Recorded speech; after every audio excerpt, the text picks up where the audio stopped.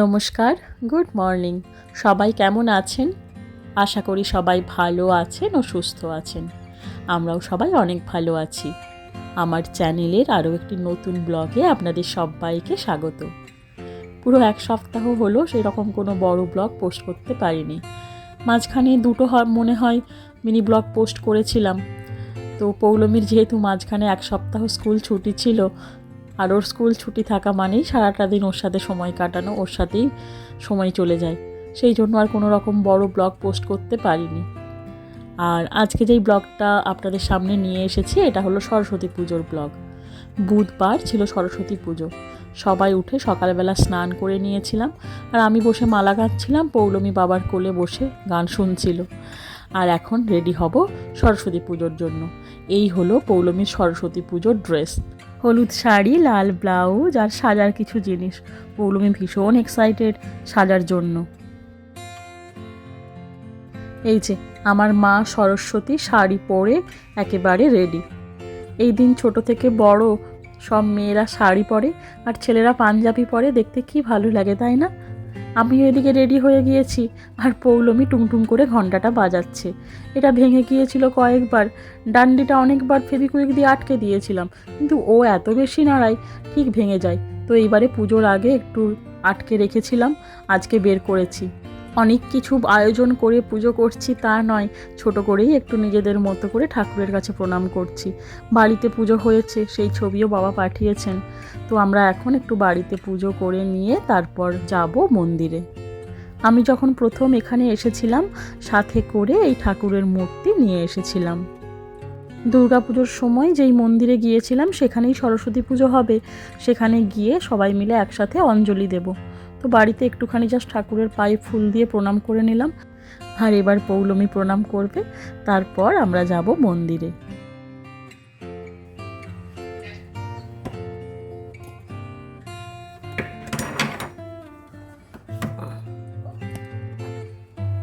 এখানটাই দিয়ে দাও।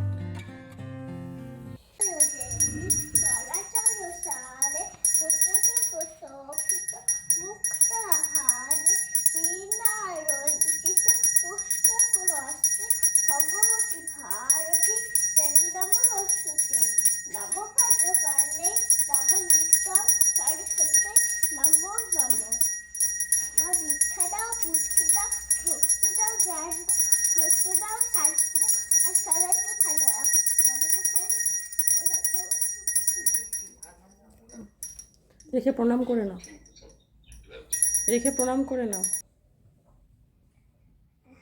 চলো দিদা ঠাকুরমশাই ভুল ভালো। পৌলমীরও ঠাকুরের কাছে প্রণাম করা হয়ে গিয়েছে। এইদিকে বাড়িতে একটু ভিডিও কল করেছে, সবাই পৌলমীকে দেখতে চাইছিল কেমন সেজেছে। পৌলমী ঠাকুরকে একটু প্রদীপ দেখাতে চাইছিল, কিন্তু বেচারা ভয়ে ধরতে পারছিল না, সেই জন্য আমি একটু গিয়ে ওকে হেল্প করলাম। আর পৌলমী এই সরস্বতী ঠাকুরের মন্ত্র বলে অনেক ছোট থেকে, প্রায় 2 বছর বয়স, তখন থেকেই মোটামুটি ও বলে। আমাদের পাশের বাড়িতে একটা ছোট্ট মেয়ে আছে যার নাম টুকটুক, সে আবার ওর পিপি হয়, তো সেই ওকে শিখিয়ে দিয়েছে। তো তখন থেকেই যখনই ও ঠাকুরকে প্রণাম করে এই মন্ত্রটা ঠিক বলে। আর সরস্বতী পুজো কার কেমন কাটলো, বিশেষ করে কে কী রঙের শাড়ি পরেছিলেন সেটা জানার জন্য আগ্রহী থাকলাম। জানতে পারলে খুব ভালো লাগবে। এখন আমরা বাড়ি থেকে বেরোচ্ছি মন্দিরের উদ্দেশ্যে। আর এখানে বাইরে বেরোনো মানেই তো ভেতরে আপনি যত সুন্দর পোশাকই পরুন, গায়ের ওপর একটা জ্যাকেট চাপাতেই হবে। তবে বেশ ভালো লাগে জানেন, যখন পরে বেরোই বাইরে সবাই আমাদের দিকে দেখে, কেউ কেউ তো জানতেও চায় যে পোশাকটার নাম কি। তবে এখানে তো এখন বাঙালির সংখ্যা অনেকটাই বেশি, তো এখানকার লোকেরা অনেকটাই জানেন। বিশেষ করে দুর্গা পুজো বললে সবাই বুঝতে পারেন। এটা বলার কারণ, আজ যখন মন্দির থেকে বাড়ি ফিরছিলাম সেই সময় বাসের মধ্যে 2জন ব্রিটিশ মহিলা বসেছিলেন আমাদের পাশেই। তো তারা বারবার আমাদের দিকে তাকাচ্ছিলেন। তারপর পৌলমীকে বললেন যে তোমাকে খুব সুন্দর দেখাচ্ছে, এই পোশাকটার নাম কি? তখন বললাম এটা আমাদের ট্র্যাডিশনাল পোশাক, এটার নাম শাড়ি। তো তারা জিজ্ঞাসা করেছিলেন আজকে কোনো স্পেশাল ডে আছে কিনা। তো বললাম হ্যাঁ, আজকে আমাদের ফেস্টিভ্যাল সরস্বতী পুজো ছিল, সেই কারণেই আমরা পড়েছি। তো যখন কাউকে নিজেদের ট্র্যাডিশন সম্বন্ধে বলতে পারি, বিশেষ করে এখানকার মানুষরা যখন জানতে চান, ভীষণ রকম ভালো লাগে। আর ওই যে আরেকজন বসে আছে ওই দিকে, চলুন, খুব একটা সময় লাগবে না, ওই 20 মিনিট মতো বাসে করে লাগবে হয়তো। তবে বাইরে একটু হালকা বৃষ্টি হচ্ছে, খুব জোরে হবে বলে মনে হয় না।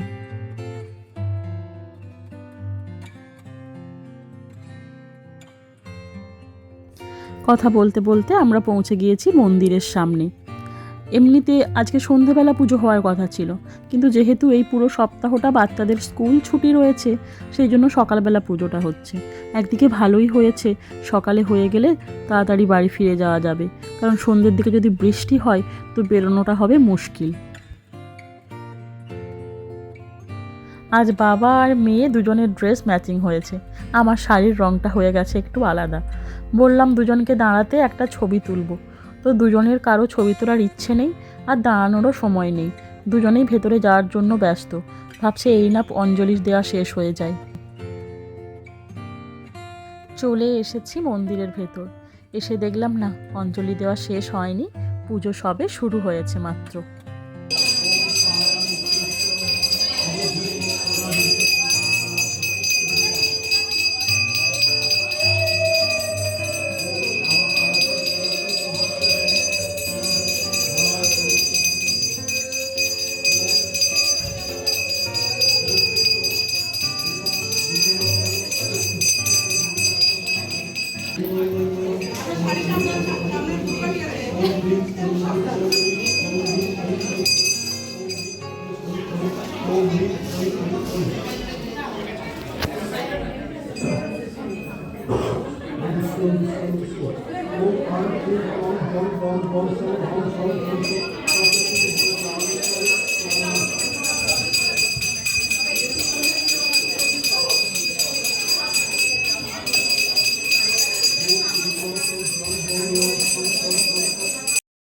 যেহেতু এবারে পুজোটা ছিল বুধবার, লাকিলি বাচ্চাদের সব স্কুল ছুটি থাকলেও বাবা মাদের তো আর কাজের ছুটি ছিল না, অফিস তো ছিলই সবার।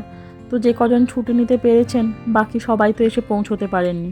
তার উপর আবার পুজোটা হচ্ছে এখানে সকালবেলা। পৌলমী তার খেলার সঙ্গী সাথীদের ঠিকঠাক পাচ্ছিল না বলে একটু মন খারাপ করছিল। তারপর ওই যেখানে গিয়ে বসেছে, ওখানে ওর পাশে একটা ছোট্ট বাচ্চা মেয়ে বসে আছে, তো তাকে দেখতে পেয়ে দেখলাম তার কাছে গিয়ে বসেছে।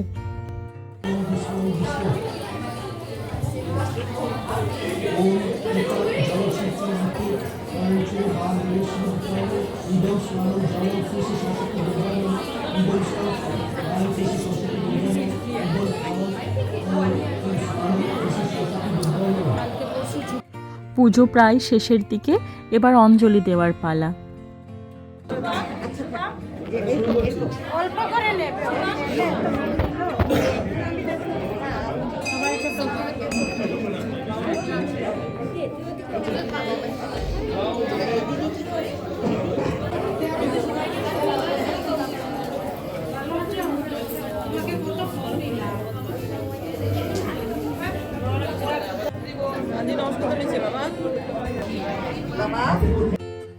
আমাদের সবার অঞ্জলি দেওয়া হয়ে গিয়েছে।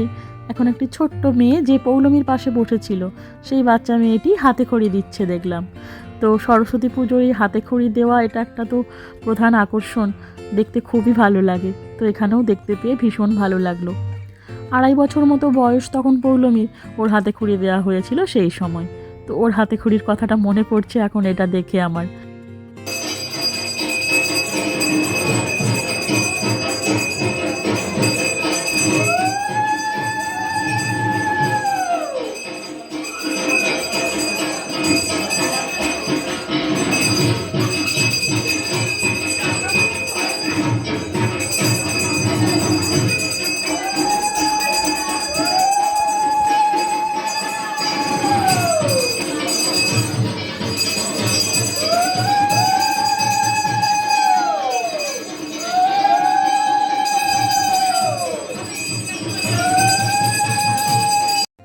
এবারের মতো সরস্বতী পুজো শেষ।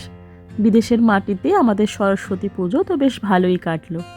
পৌলমী এখন একজন আঙ্কেলের সাথে একটু মজা করছে কাউকে না পেয়ে, আর সবাই পৌলমীকে ডেকে ডেকে ওর ছবি তুলছে, ও সেটাও ভীষণ রকম উপভোগ করছিল।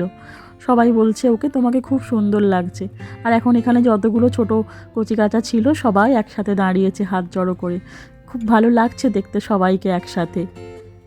এই চঞ্চল দুরন্তগুলোকে একসাথে দাঁড় করিয়ে ছবি তোলাটা কী যে মুশকিল, সেটা যে ছবি তোলে সেই জানে। এবার আমরা যাব ডাইনিং রুমে, সেখানে গিয়ে সবাই ঠাকুরের প্রসাদ খাবে, তারপর ফিরে যাব বাড়ি। নিয়ে নিয়েছি ঠাকুরের প্রসাদ। আজকে প্রসাদে ছিল ঠাকুরের প্রসাদের ফল, চিড়ে মাখা, জিরা রাইস, ছোলার ডাল, মটর পনির, জিলিপি, পাঁপড় আর মিক্সড ফ্রুট চাটনি। তো ঠাকুরের প্রসাদ নিরামিষ হলেও এত ভালো লাগে খেতে, সব রান্নাগুলোই ভীষণ রকম ভালো হয়েছিল খেতে। 3:15 মতো বাজে এখন, আমরা ফিরে এসেছি বাড়ি। সব মিলিয়ে আজকের দিনটা সরস্বতী পুজো ভীষণ রকম ভালো কাটলো। আর আজকের মতো ব্লগটা এখানেই শেষ করলাম, দেখা হবে পরের ব্লগে। ব্লগটা ভালো লাগলে সবাইকে অনুরোধ থাকলো একটা লাইক করার, আর চ্যানেলটি সাবস্ক্রাইব করে আমাদের সাথে থাকার। সবাই ভালো থাকবেন, সুস্থ থাকবেন, দেখা হবে পরের ব্লগে। আর এখানে পৌলমীর সাথে ওর বাবার কিছু একটা ঝামেলা হয়েছে, এদিকে পৌলমীর মুখটা দেখুন একবার। দেখা হবে সবার সাথে পরের ব্লগে। টাটা।